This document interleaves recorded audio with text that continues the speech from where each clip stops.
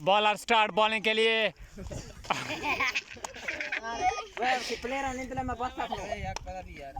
Bowler start दौड़ते हुए और ये गेंद गेंद लंबी गेंद थी, छक्का।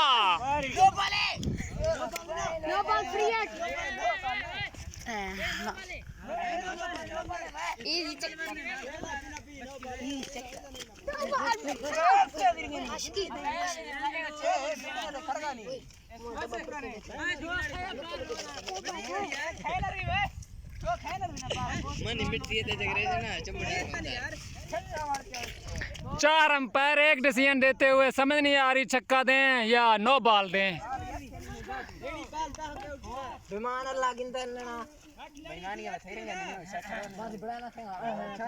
जब बॉलर की पिटाई होती है तो अल्लाह ताला के सामने फरियाद करता है, गिड़गिड़ाता है, रोता है।